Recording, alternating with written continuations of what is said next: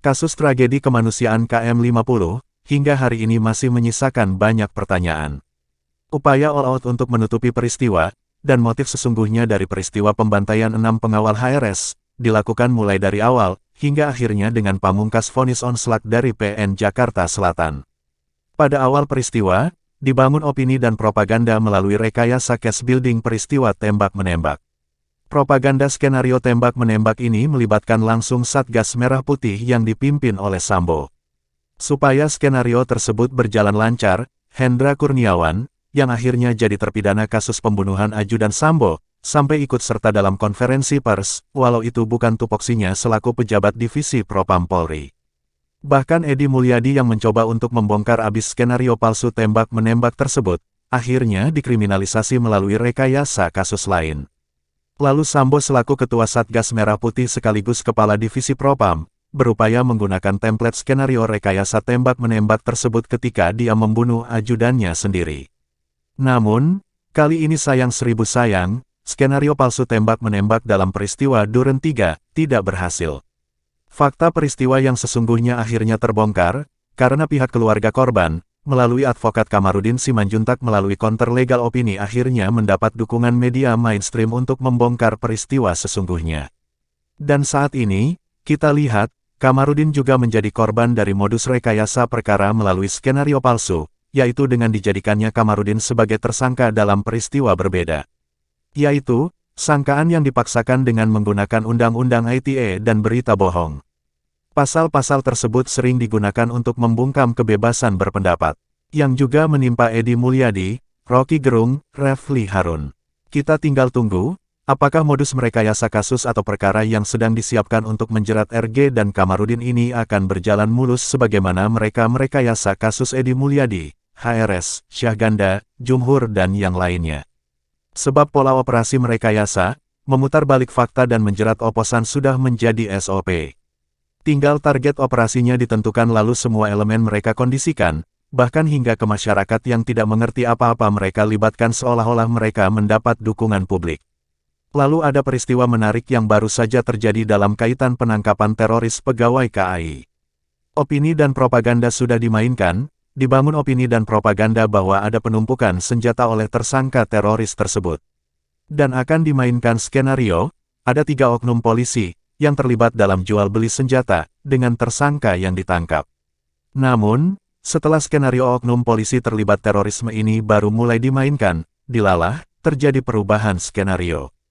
Sepertinya, para ahli strategi di kalangan mereka, membaca bahwa bila skenario oknum polisi ini dikembangkan, akan menjadi isu liar yang kemungkinan tidak akan bisa mereka kontrol.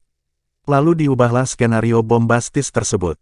Dipisahkanlah bahwa oknum polisi tersebut tidak terlibat jaringan teroris, tapi hanya jual beli senjata ilegal. Rupanya mereka takut bila mereka buat skenario oknum polisi terlibat sebagai supplier senjata terhadap jaringan teroris, maka justru akan memukul balik institusinya sendiri.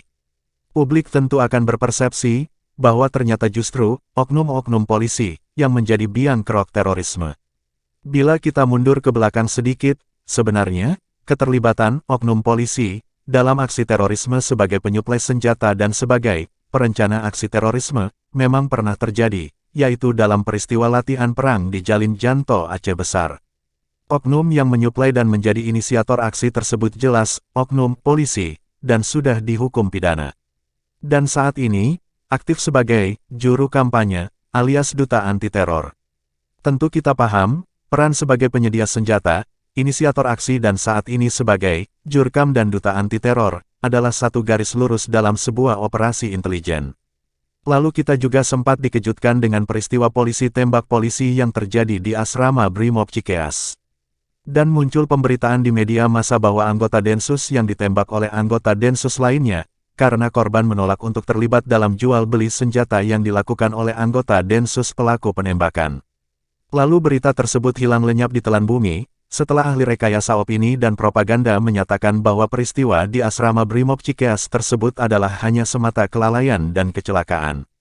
Berhasillah mereka menutup fakta peristiwa dengan menggunakan skenario kelalaian dan kecelakaan. Lalu kembali ke isu teroris yang sedang digarap, perubahan skenario dengan mengganti skenario hanya menjadi jual beli senjata, tanpa keterkaitan dengan peristiwa lain adalah hal yang sangat janggal. Pertanyaan-pertanyaan sederhana yang patut diajukan adalah, 1. Pihak yang membeli senjata dari 3 oknum polisi tersebut, menggunakannya untuk apa? 2. Apa mungkin hanya untuk pajangan di dinding rumah? Atau hanya untuk sekedar melakukan kejahatan dengan kekerasan semata? 3. Atau ada kaitan dengan kelompok pemberontak di Papua yang memang butuh senjata? 4. Atau memang 3 oknum tersebut berperan sebagaimana oknum yang terlibat dalam peristiwa Jalin Janto, yaitu sebagai agen provokator dari sebuah operasi infiltrasi dengan tujuan false flag operation. Sehingga isu terorisme yang sering kali heboh ketika ada momentum politik yang membutuhkan peran para teroris untuk beraksi, menjadi sustainable. Banyak pertanyaan publik yang tidak terjawab dalam masalah ini. Wa makaru wa makarallahu, wallahu khairul makirin. Tim Kajian API, Advokat Persaudaraan Islam.